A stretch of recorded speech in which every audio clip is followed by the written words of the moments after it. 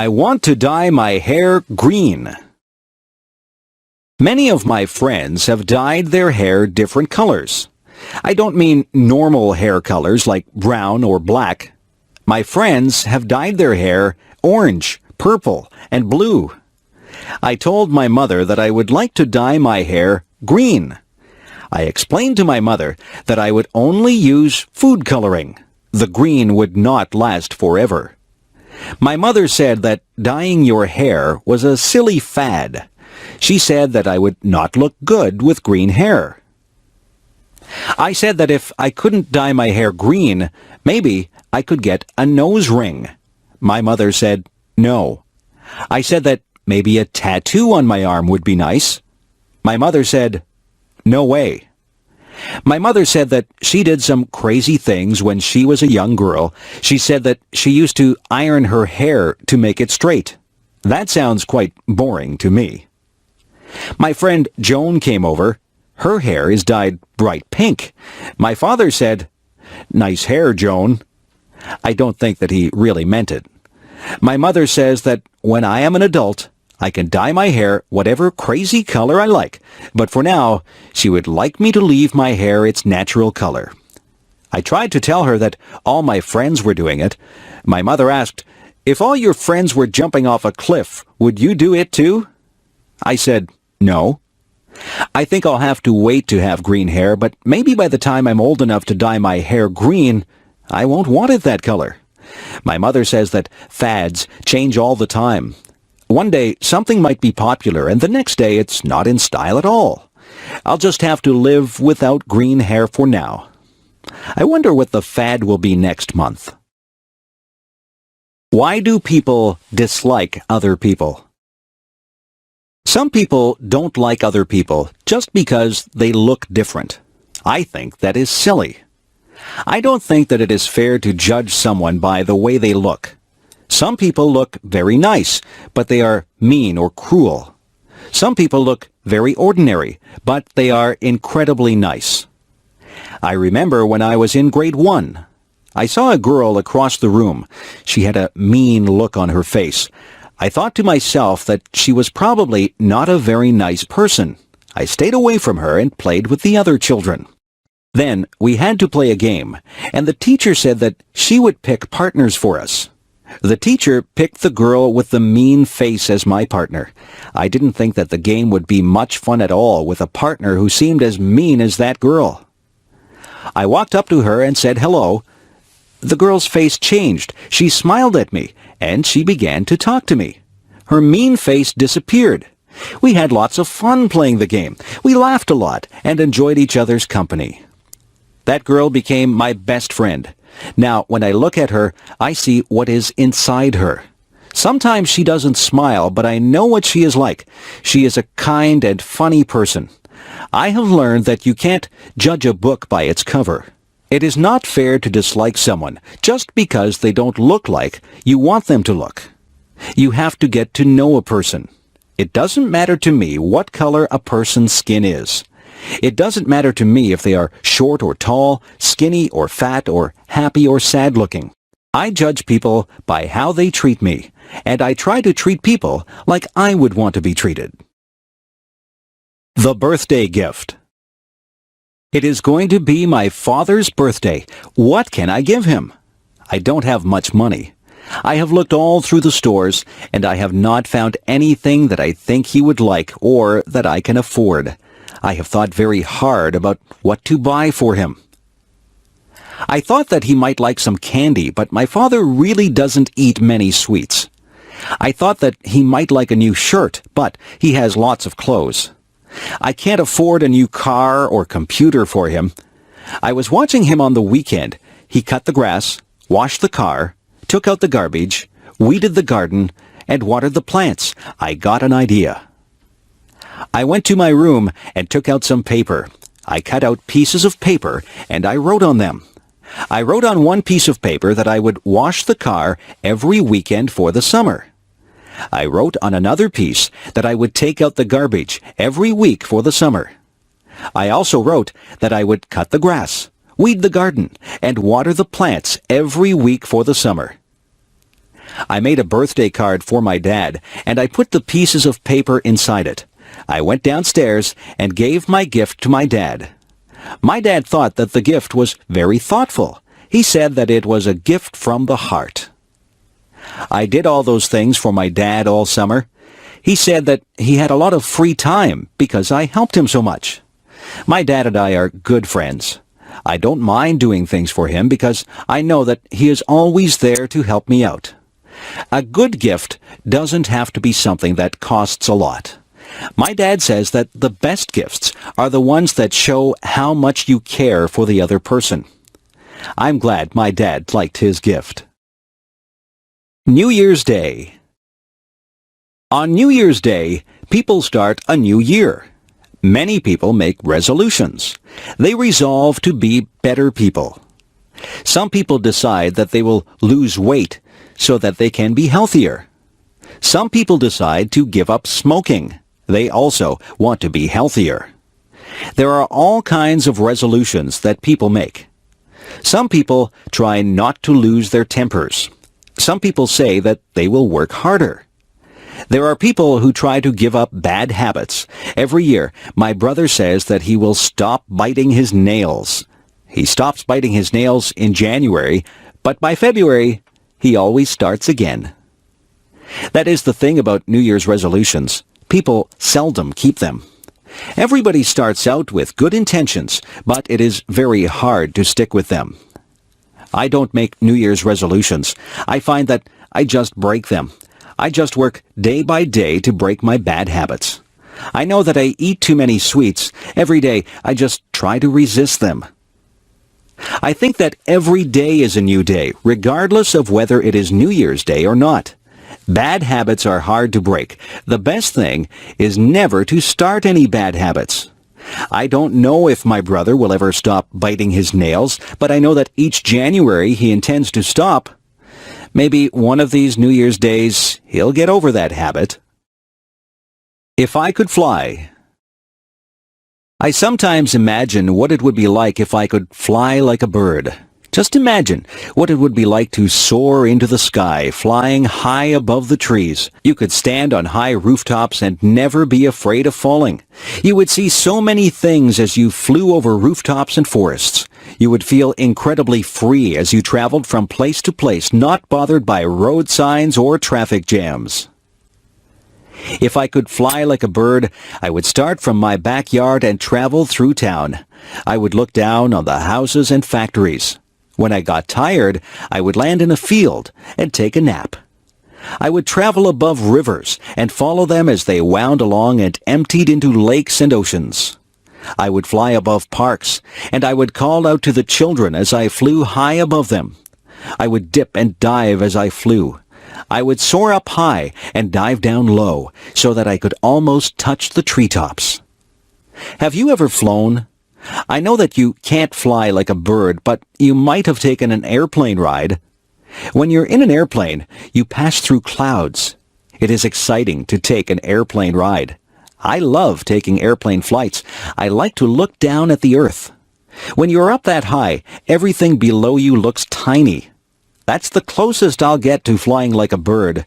But I can still use my imagination and spread my wings and soar high above the world just like a bird. What I look for in a friend. What is it that makes somebody your friend? Some people are nice and you have fun with them. Some people are nice to talk to, but they don't become special to you. Some people become very close to you. Those people are the ones who become your good friends. Did you ever wonder why certain people do become your good friends? Friends usually have something in common. Often, friends enjoy doing the same things as each other. Maybe they like the same sports or the same music, or maybe they can even talk about problems or schoolwork. Friends usually find a common bond. Friends share ideas and listen to each other. Sometimes, people who don't have similar interests even become friends. You can learn a lot from a person who likes different things than you. The most important thing about friends is that they must communicate with each other. A good friend is a person who takes the time to listen to the other person. One of the most important things that I think a friend should have is a sense of humor. I like to laugh with my friends. I like to feel comfortable around my friends. It is nice to be able to talk and laugh with people who have similar interests. It is nice to share things with people and learn about their interests. You become a better person if you are able to learn things from others. Life is a journey. On that journey, you meet many people. Some of those people will change your life.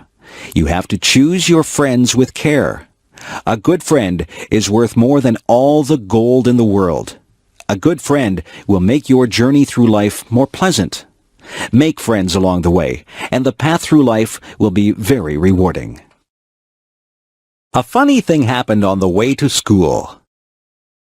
Last Friday it was very windy. I was walking down the street with my friend John. We were having a difficult time walking against the wind.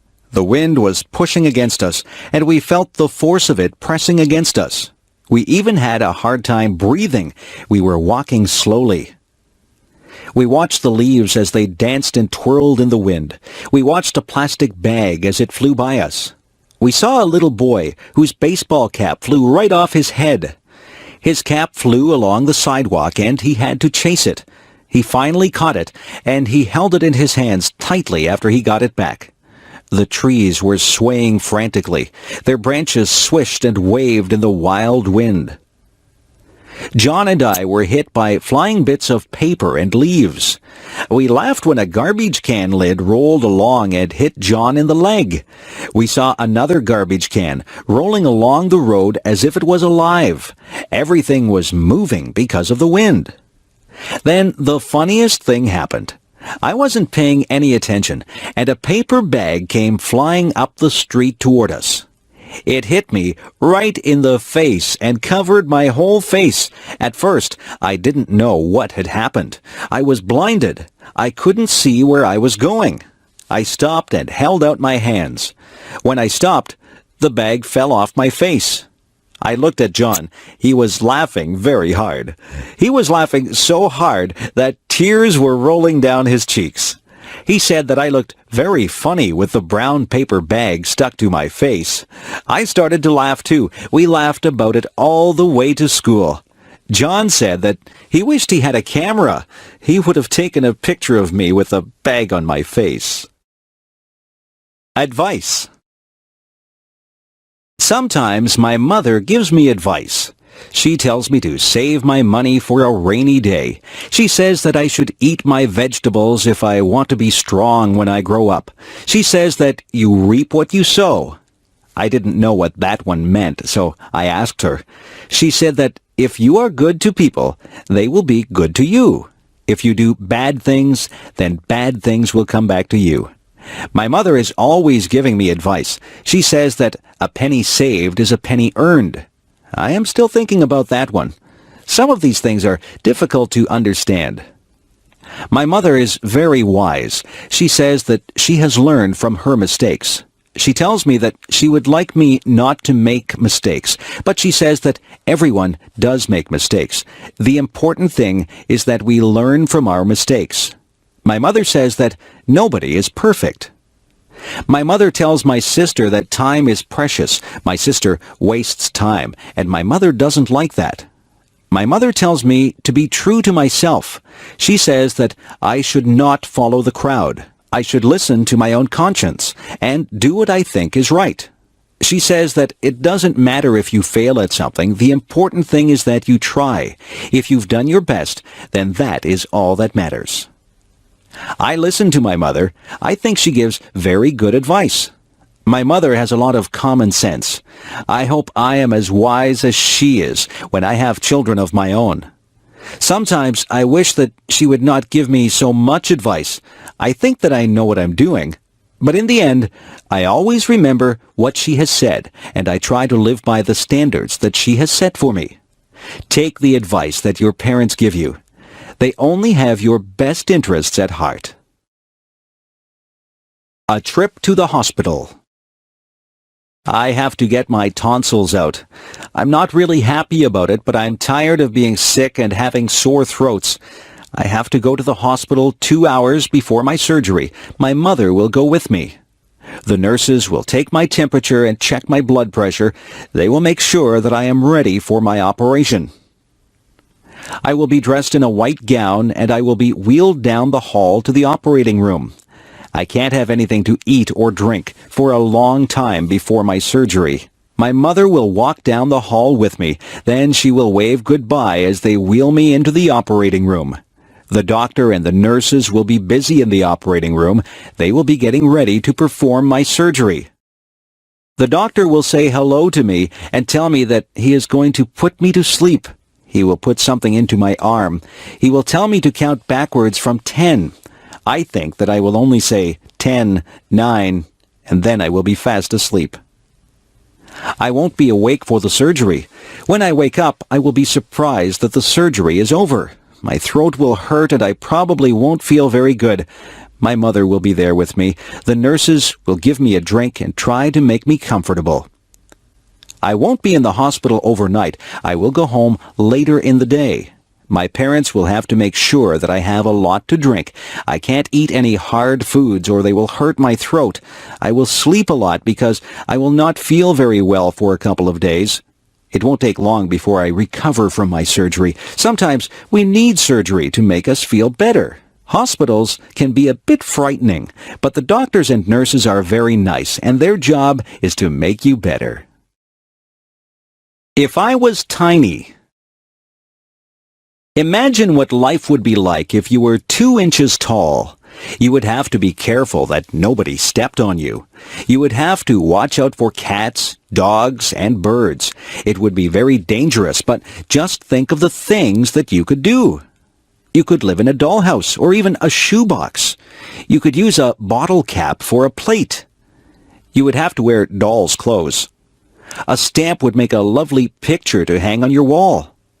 You could hide in a mouse hole or a drawer. You wouldn't need much food. You could probably live comfortably on the crumbs that people would leave on the table. A thimble would make a good cup. If you went outside, the grass would seem like a jungle. An insect would be huge and frightening. A puddle would seem to be an ocean. You could cross the puddle in a paper cup and use a spoon for an oar. A matchbox would make a good bed with a handkerchief as a bedspread. You'd brush your hair with a toothbrush, but you'd never find anything small enough to brush your teeth with. You could take a ride on the back of a mouse. You wouldn't find any books that were small enough to read, but you might read the back of a pill bottle. You could ride in a toy car and have a soup bowl for a swimming pool. A leaf could be your umbrella, and a mitten would make a great sleeping bag. If you used your imagination, you could think up something to use for almost all your purposes. Being small might be fun, but then again it would be frightening. I'd be afraid of my pet cat. I wouldn't want a book to fall on me. I would be afraid of being swept away by a big gust of wind. I think I'd rather be my size. If I were a giant. If I were a giant, I wouldn't be able to fit in my house. I'd have to live in a building that had a high ceiling, but I'd probably have a hard time getting through the door. I'd have to make my own clothes, but where would I get a giant needle and thread to sew with? I couldn't ride in a car or a plane. I suppose I would just have to take giant steps to get from place to place. I would have to be very careful not to step on anybody or anything. When I talked, people would cover their ears. My voice would sound very loud to them. I wouldn't find shoes to cover my feet. I wouldn't find a knife and fork to eat my dinner with. I might have to use a rake as a fork. My dinner would be huge. What would I cook my dinner in? I certainly wouldn't find an oven big enough to put my dinner in. If I sneezed, it would be like a hurricane. If I fell down, it would be like an earthquake. I wouldn't have any friends because everyone would be too tiny for me to talk to. I think that being a giant would be very lonely. I couldn't have just one apple. I would have to have a lot of apples to fill me up. I would have to drink gallons and gallons of water to quench my thirst. I could never relax under a tree. I would be taller than all the trees. I don't think that being a giant would be fun. I won't ever make a wish to be a giant. I would rather be my height. I'm very happy the way I am. Do people have the right to smoke in public? My father used to smoke. He got very ill. The doctor told him that he had to quit smoking. My father tried for a long time to quit. It was very difficult for him. Smoking is an addiction. After many months, my father finally gave up smoking, but he still craved a cigarette once in a while. He says that quitting smoking is the hardest thing that he has ever done. When my father did smoke, he smoked everywhere. He smoked in restaurants, stores, and many public buildings. Now, you are not allowed to smoke in a lot of public places. When my father smoked, the rules were not so strict. People could smoke just about anywhere. It really wasn't fair to the people who didn't smoke. Their clothes always smelled like smoke, and they breathed in second-hand smoke. Some people think that the second-hand smoke is actually worse for you than if you smoke yourself. People would smoke in their houses, and very young children would inhale the smoke that was in the air. Some people still smoke in their houses, and their children breathe in the smoke. Some restaurants have areas for smokers and non-smokers, but usually the smoke drifts from one area to the other. There are some businesses that have banned smoking altogether.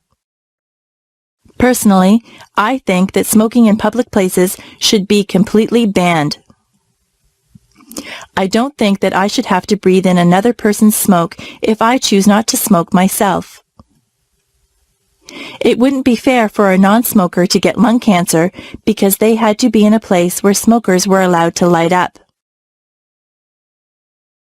I know that smoking is a powerful addiction and that it is very difficult to quit, but smokers should restrict their smoking to places where there is nobody else around. Lung cancer is an awful disease. Nobody should have to suffer with lung cancer. People should be educated about the dangers of smoking. Smoking should be banned in public places, but eventually I would like to believe that fewer people will smoke. It would be nice to live in a smoke-free environment. My favorite bedtime story. Every night when I was little, my mother would read me a bedtime story. My favorite story was Tom's Midnight Garden. This was a story by Philippa Pierce. It was quite a long book, and it took quite a few nights for my mother to read the entire book to me. In Tom's Midnight Garden, Tom moves to the city to stay with his aunt and uncle. He is very bored at their apartment. They have no children, so Tom has nothing to do. One night, the clock strikes 13 times. Tom knows that this is impossible. A clock can only strike up to 12 times. He sneaks downstairs and goes outside. When he goes outside, there is a wonderful garden that wasn't there the day before. The next day, Tom goes outside and finds there is no garden. The garden only seems to appear at night. Every night, Tom slips out to this wonderful garden and meets some people in the garden. He meets a girl named Hattie. Hattie and Tom become very good friends in this garden. Some very strange things happen in this book. There are some coincidences that keep you guessing about what is really going on. The surprise ending is wonderful. I really enjoyed Tom's Midnight Garden, and I was very sad when my mother and I came to the end of the book. I felt that I had visited the magical garden with Tom. It is a book that I will remember all my life. If I found a magic lamp. If I was walking down the beach one day and I happened to bump my toe on a magic lamp, I would pick it up and rub it. If it was a real magic lamp, but I don't believe that there really is a magic lamp, a genie would pop out in a cloud of smoke and he would call me Master. He would say that he would grant me 3 wishes. I would have to think very hard about those wishes because I wouldn't want to waste them. I don't think I'd want millions of dollars. Money doesn't buy happiness, or so they say. I might wish for good health because if your health isn't good, you won't be able to enjoy anything.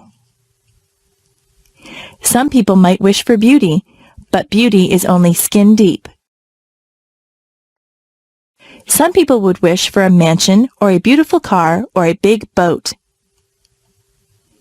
I don't want any of those things. Some people would want fame. Some people would want talent. Some people would wish for happiness. That might be a good thing to wish for. Yes, maybe I'd wish for health and happiness, but what would my 3rd wish be? I could wish for something enormous, something global. I could wish for world peace. That would be a wonderful thing if somebody could grant me that. Yes, that would probably be my 3rd wish. It's too bad there aren't any genies inside magic lamps. I won't get my 3 wishes. I can still work toward getting my wishes. I can eat well and exercise to stay healthy. I can be involved with a lot of things and be with my friends to stay happy. I can volunteer my time to different organizations to help achieve world peace. I can do my fair share in my community to help others. That's how I can get my 3 wishes, not through a magic lamp. I can only get what I want through self-determination and hard work. That is the key to getting your wishes fulfilled. Superstitions. I am not superstitious, are you? Yesterday was Friday the 13th. Some people think that Friday the 13th is an unlucky day. I think that it is just like any other day. Some people believe that if a black cat crosses your path, you will have bad luck. I don't believe that either. My mother always gets upset if I open an umbrella in the house. She says that is bad luck. She is probably right about that one because an open umbrella would take up a lot of space and you might knock things over. If your left hand is itchy, you are supposed to get money. I have had an itchy left hand before, but I haven't received any money because of it.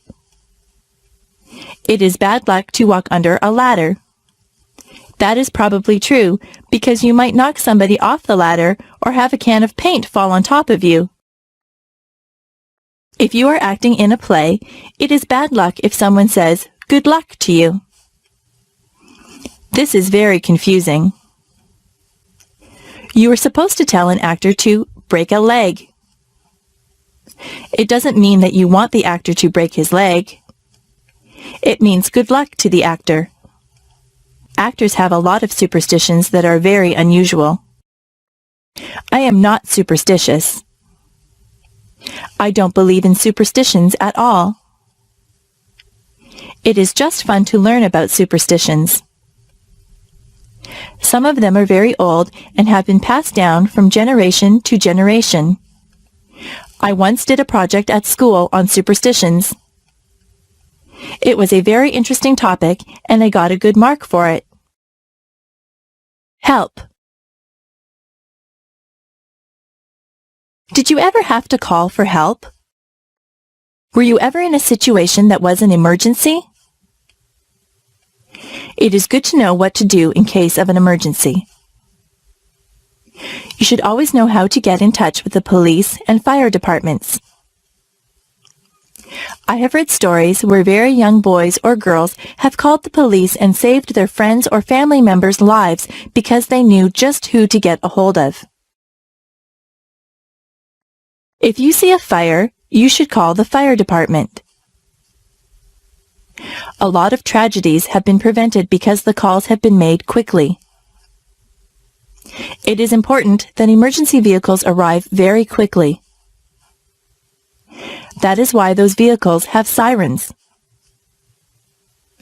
When their sirens go, it means to get out of the way. Policemen, firemen, and ambulance attendants are trained to handle very difficult situations. They often save people's lives. They go through a lot of training to become good at what they do. They never panic in emergencies. For your part, you should keep emergency numbers near the phone or know what the emergency numbers are. Where I live, there is a special number that you call for any emergency. We teach that number to everyone, even very tiny children. It is important to remain calm if you need help. If you call an emergency number, you have to be able to speak clearly and tell the person you are talking to exactly what the problem is. I hope you are never in an emergency situation, but it is a good idea to be prepared. The peach orchard. When I was very young, I lived near a peach orchard. Now there is a park where the orchard used to be. I always remember the peach orchard because my grandmother and I used to go there and pick peaches. The owner of the orchard would let all the neighbors pick peaches. It's not the fact that I used to get many ripe, tasty peaches that I remember. It's the time that I used to spend with my grandmother that I remember. My grandmother was very old, but she was very healthy. She used to walk a lot. I think that is what kept her fit. She had a lot of energy, so she liked to go to a lot of places. She would get a fruit basket, and then she would ask me if I wanted to go to the orchard. I always said yes because I enjoyed walking through the orchard on a sunny day. We never climbed up on a ladder to reach the peaches. We just reached for the low-hanging fruit. My grandmother and I used to talk all the time that we were out there. It was nice to spend time with her. She told me many stories about when she was a young girl. We laughed and got to know each other better. My grandmother only visited us during the summer. She lived in California and I lived in Niagara Falls, so we didn't get to spend a lot of time with each other. We enjoyed the hot summer days in the orchard. You could smell the peaches, and the bees buzzed lazily by us. My grandmother would point out different insects and birds to me. I learned a lot about nature from her. We would end up with a big basket of peaches. When we got home, my mother would wash the peaches, and often she would bake a peach pie for us. Nobody bakes a peach pie like my mother. It's good to have memories like that. Childhood memories of time spent with my grandmother are very precious to me. Sometimes it's just the simple things that you do in life that leave you with the nicest memories. Learning to dance. I went to England with my mother. She used to be a singer in a band. We went to the hotel that she used to sing at. It was a big, fancy hotel. Some of the people that she knew when she sang in the band were still there. They remembered my mother, and they had a good time talking to her and remembering old times. Many people told me that I looked like my mother. In the hotel, they had a fancy hall where they had ballroom dancing. I am not used to that kind of dancing. I always danced to rock music. a man told me that he would teach me how to dance. It looked very easy. I held one of his hands and put my other hand on his shoulder. He told me exactly how to move my feet.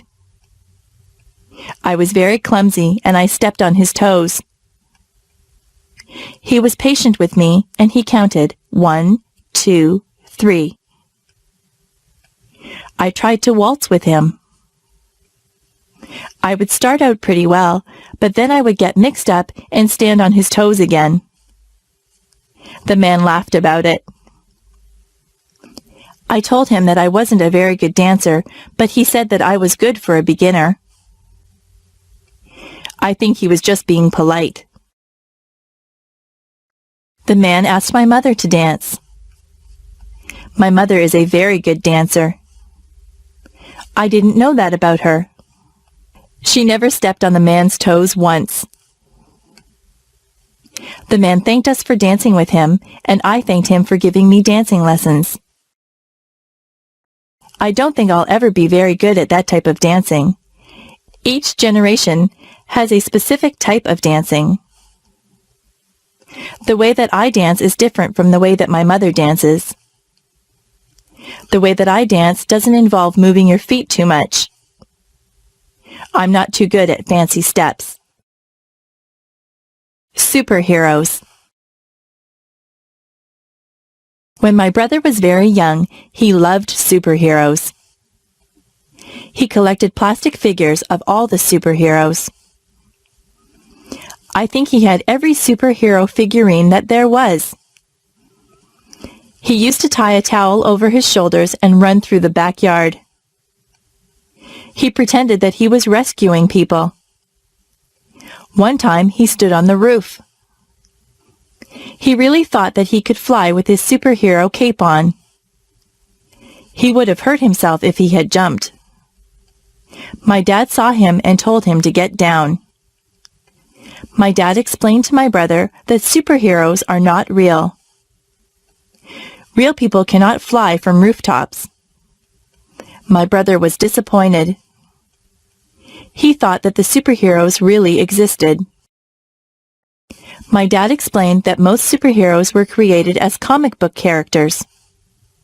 Somebody used their imagination to make them up, and then an artist drew them. My brother was not impressed. He said that he wanted to meet the superheroes. My father told him that he might meet someone dressed up as a superhero, but it wouldn't really be a superhero in the costume. It is hard to explain to small children that the things that they see in comic books and on television aren't really real.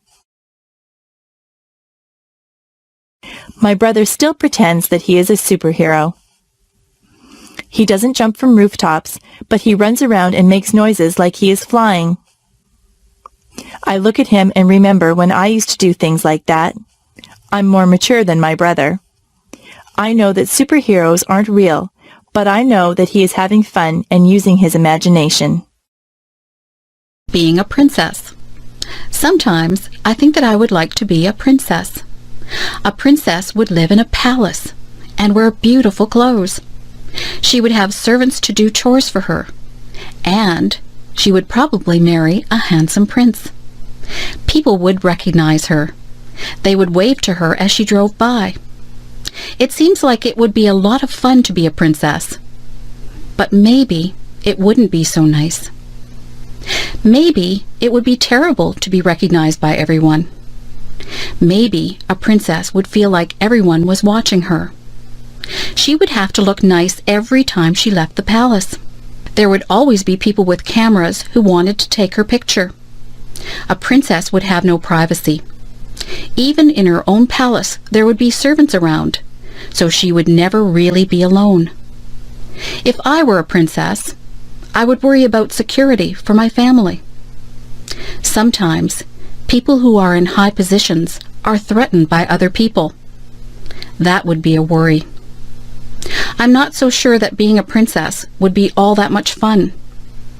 I think it might be better to be just a normal person like me. I don't have to worry about looking wonderful all the time. People don't follow me around and take my picture. Whenever you see a picture of a princess, she is smiling. I wonder if she's smiling on the inside, or just smiling for the camera. My worst fear. I am afraid of water. I don't know why I am afraid. I have never had a bad experience in the water. I just never learned to swim. I should have done that when I was just little. It would be easier for me to swim now if I had started when I was young. I will go into the shallow water, but I start to panic when the water gets higher than my chest. I don't like the feeling of not being able to put my feet on the bottom of the pool or the lake. I don't like to get water up my nose. I choke and cough when that happens. My friends just tell me to relax and I will float, but I find it hard to relax in deep water. They keep telling me that if I panic, I will sink. Most of my friends have had swimming lessons. Some of them are even lifeguards. They have tried to teach me to swim, but I think I need to go to a place where they actually teach swimming. It would be nice to jump into a pool of cold water on a hot summer day. That would be so refreshing. If I go out onto a boat, I always wear a life jacket. I think it is wise to do that. Everyone should wear a life jacket on a boat. I would rather be safe than sorry. I have decided that I will overcome my fear. I will go and take swimming lessons. I have a goal. By this time next year, I would like to be able to swim the length of the pool without being afraid. It is best to face your fears and deal with them. I hope that I can overcome my fear of water.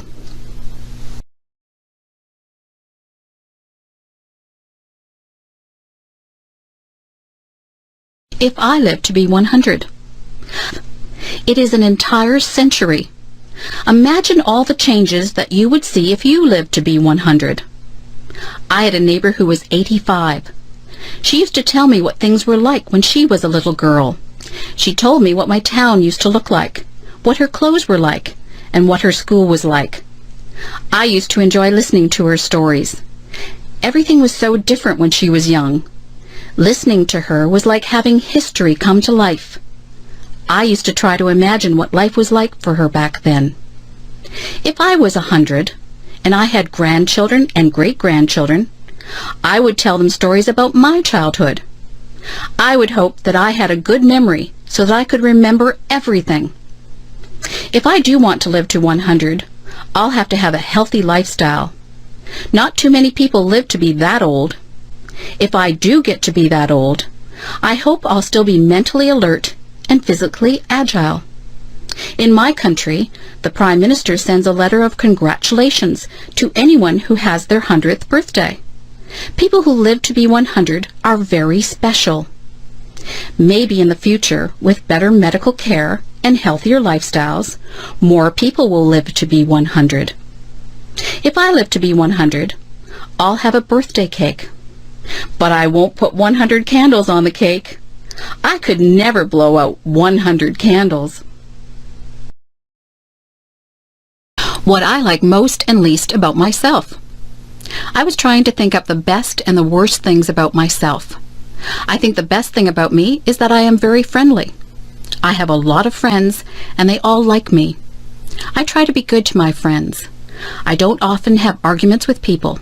I think that I am quite easy to get along with. The worst thing about me is that I sometimes feel sad. Sometimes I don't feel sad for any particular reason. I just get into moods where I am depressed. Sometimes there is a reason to be sad. I was sad when my pet frog died. I was sad when I lost my favorite baseball card. On those days, I'm still nice to my friends, but inside I feel like there is a heavy weight in my chest. I think that everyone feels sadness sometimes. I try to do things that make me happy whenever I get into one of my sad moods. Last Saturday, I felt a bit sad, so I called up my friend John and asked him if he wanted to go to the movies. We went to a comedy. We laughed all the way through the movie, so that by the time the movie was over, I didn't feel sad anymore. My friendliness is my best trait, and my sad moods are my worst traits. I have to work at getting over my sad moods more quickly. Being sad doesn't do anyone any good. There is no use in feeling sorry for oneself. The trunk in the attic. Last month, my grandmother asked me if I could help her to clean out her attic. I was happy that she asked me. My grandmother says that her attic is full of junk. I think that her attic is full of treasures. I helped her to dust and vacuum the attic. I pulled and pushed around boxes and crates. I helped her to wash the floors and walls.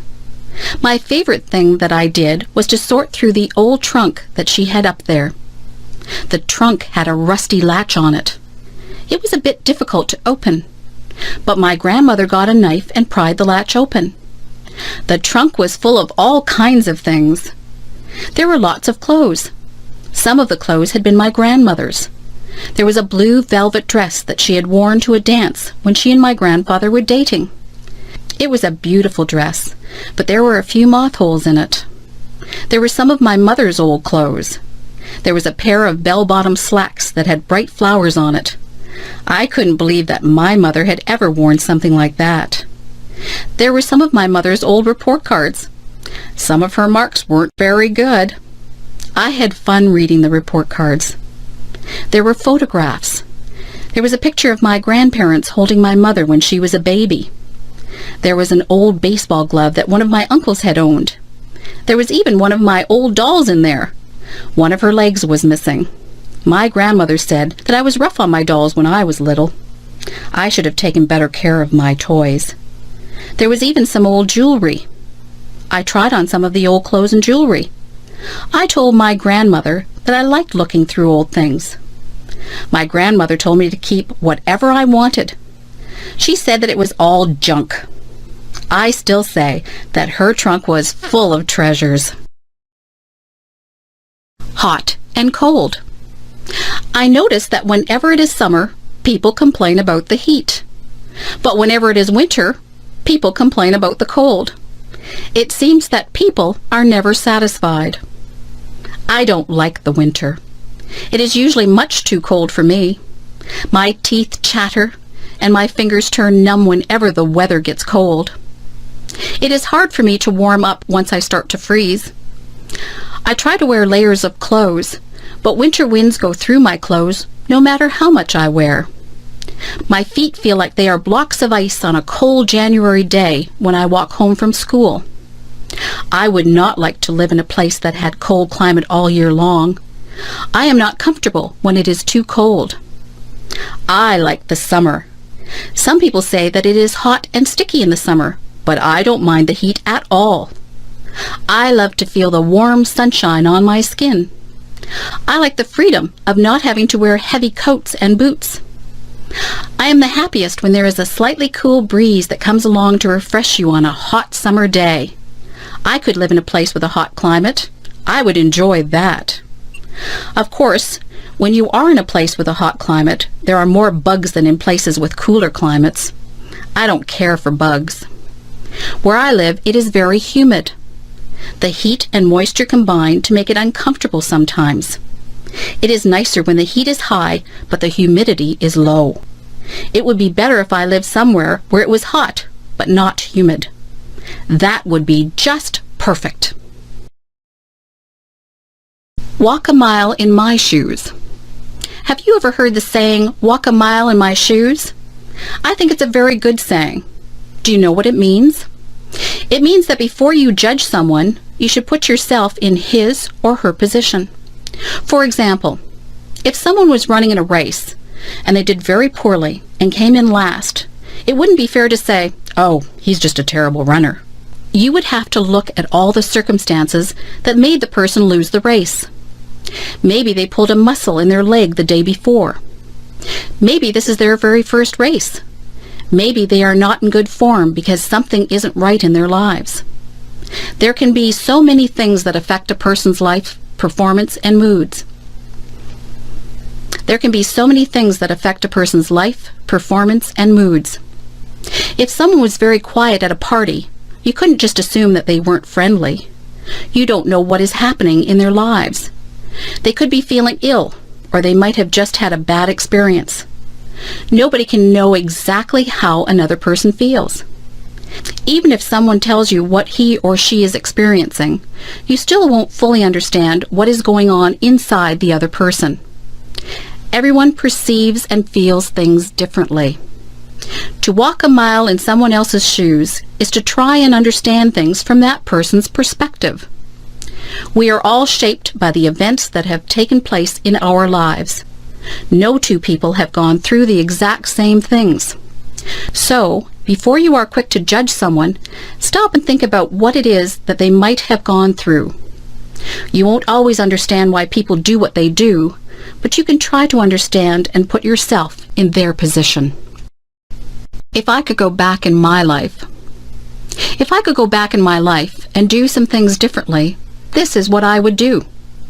I would not waste so many hours in front of the television set. I would get out and enjoy my life rather than watching actors in shows. I would be a little more considerate of other people. I would realize that my mother has more to do than pick up after me. I would pay more attention in school. Tests are easier when you have paid attention rather than fooling around in class. I would save more money rather than spend it on useless things. I would read more. Reading is enjoyable, and it opens the doors into all kinds of wonderful places, both real and imagined. I would learn to play an instrument. Music is always appreciated if it is played well. I would eat better foods. I would try to stay healthy through my diet and exercise. I would take more pictures, and I would keep a journal. Memories are very precious. I would take the time to listen to what people have to say. People appreciate a good listener. I would take the time to enjoy each day as it comes. Sometimes I am so busy looking forward to what is coming up that I don't take the time to enjoy the day that I am living in. That's what I would do if I could go back in my life. In fact, I think I'll just make a habit of doing all of those things all through my life. Joking. Joking is good. Jokes can be very funny. Jokes can also be hurtful. Jokes can be tasteless too. It is not an easy thing to find jokes that do not offend anyone. Some jokes make fun of different races. Those jokes are not funny. They are hurtful. It is not right to tell racist jokes. Many jokes use bad language or are about questionable subject matter. These jokes are also not acceptable. Many people are highly offended by rude jokes. What some people find funny, others will not. Comedy is a very personal thing. Some people like slapstick comedy. That is the kind of comedy that the Three Stooges use. Some people like very subtle humor. Some people will laugh at just about anything. Sometimes it is not appropriate to laugh, but you feel like laughing anyway. Did you ever see anyone fall down? Did you feel like laughing when they fell down? You were probably worried that they had hurt themselves, yet the way that they fell was so funny that you felt like laughing. It's not funny when someone falls, but you can't help but laugh even though you try to hide it. Jokes and comedy differ from culture to culture. Many people from other countries come here and don't understand our comedy. Jokes and comedies are often geared toward our environment. Sometimes comedians make fun of the things that we do in our day-to-day lives, like going to the bank or going grocery shopping. We can all relate to that. Being a comedian is not an easy job. Telling jokes and making people laugh is extremely difficult. Jokes are fun, and they are funny if they are good. Jokes can get you into a lot of trouble if they are inappropriate, and sometimes they're just not funny and nobody laughs. Here's a joke. Why does the cow wear a bell? Because its horns don't work. Do you get it? Do you think it is funny? Well, maybe it's not that funny. I told you that it was difficult being a comedian. Drugs. There are two different types of drugs. There are legal drugs and there are illegal drugs. Legal drugs are the type of drugs that the doctor gives you when you are sick. Illegal drugs are the drugs that people sell on the street. Illegal drugs are very dangerous. If someone ever wants you to try any type of substance that you are not sure about, you should always say no. People who sell drugs on the street are criminals. If they get caught, they will be sent to jail. They sell drugs to get money. They don't care that people's lives are ruined from taking drugs. If you take illegal drugs, you can become addicted to them. That means that you just have to have the drug no matter what. Some people steal from other people to get money to buy drugs. Drugs affect your mind. If you take drugs, you will not be able to think clearly. Your marks in school will drop. Your memory won't be very good. Your personality won't be the same. It is very unfortunate that some people do try drugs. They think that it won't hurt them. They are wrong. If you are smart, you will stay away from all drugs, except for the ones that the doctor gives you. Drugs are just bad news. If you know someone who is thinking about trying drugs, tell them that their entire life could be ruined. In America, they have a saying, "Just say no to drugs." It is a good saying, but I think I would rather say, "I'm just too smart to take drugs." Divorce. Mary's parents just got a divorce. Mary is very upset. She thinks that her parents don't love her anymore. She thinks that they got a divorce because of her. She is wrong. Her parents love her just as much as they always did. They aren't getting divorced because of Mary. Sometimes marriages just don't work out. It isn't really anyone's fault. Marriage isn't easy. It is hard for two people to stay together for a lifetime. Sometimes people change as they get older and they move on. Some people have perfectly good marriages and they stay together for their entire lives. Divorce doesn't happen because the parents don't love the children anymore. A lot of children feel that it is their fault, but it isn't their fault at all. Children neither cause the divorce nor can they prevent it. It is up to the parents. Divorce isn't the end of the world. Children can still see both parents and stay with them. Life goes on. Sometimes children can get new stepmothers or stepfathers. That can be a good thing. You just have to be understanding and know that your parents still love you. Life doesn't always go the way that we planned it, but it has its twists and turns. Life is an adventure. If your parents get a divorce, just be understanding. Know that they love you and that this is a hard time for them. It is a hard time for you too, but these things have a way of working themselves out in the end. If my fish could talk. I have a goldfish. He swims around in his bowl all day. He looks bored. I look inside the bowl and watch him. His mouth always moves. He looks like he is talking. I imagine what my goldfish would say if he really could talk. I think he would say, "Hey, I'm bored in this little bowl. Why don't you get me a bigger tank with more fish in it? I would like to have some friends to swim around with." I went out and bought a bigger tank for my goldfish. I put some plants at the bottom of the tank, and I got a miniature deep-sea diver to put at the bottom of the tank. I looked into the tank and imagined what my goldfish was saying. He seemed to be saying, "This is a nice tank. It's roomy in here and you decorated it well, but I still don't have any friends to swim with." I went to the pet store and bought 3 more goldfish. I put them into the tank. All of the goldfish seemed to look at each other. They swam near each other and seemed to be playing games. I knew which one was my goldfish because he has a black spot on his fin. I looked at him and imagined that he was talking again. He said, "This is great. I have a big new home and friends to swim with. These are nice goldfish that you brought home for me. Thank you." Goldfish can't really talk. I know that. I just like to pretend that my goldfish talks. He seems very happy now with his nice new home and his new friends. I don't think goldfish can smile either, but it looks like my goldfish has a smile on his face. The best teacher. I have had a lot of teachers. Some of them were good and some of them were boring. There is one teacher whom I remember very well. He is the best teacher that I ever had. His name was Mr. Alden. He was a history teacher. History is not my favorite subject. I don't really enjoy history a lot. When I was in Mr. Albin's class, he made history seem exciting. He was more of an actor than a teacher. If he was describing a war, he would make us feel all the emotions that the soldiers and their families would have felt. We could almost hear the guns firing and the people shouting. He would paint a picture in our minds that was very vivid. When I had a history test in his class, I didn't have to study much. I would remember every word that he had said.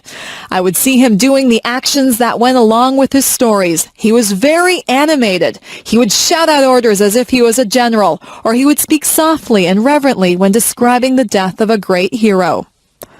The most important thing that I learned from Mr. Albin was that I did really like history. I just thought that I didn't like it because most people had made it dull by just reading from the textbooks. History is not just a series of dates and dull facts. History is what really happened. History is real life. All the historical figures had real families and emotions. They weren't just fictional people. After I took history from Mr. Albin, I realized that I really did have an interest in it. He was my favorite teacher, and I will always be grateful to him for making me aware of just how interesting history really is.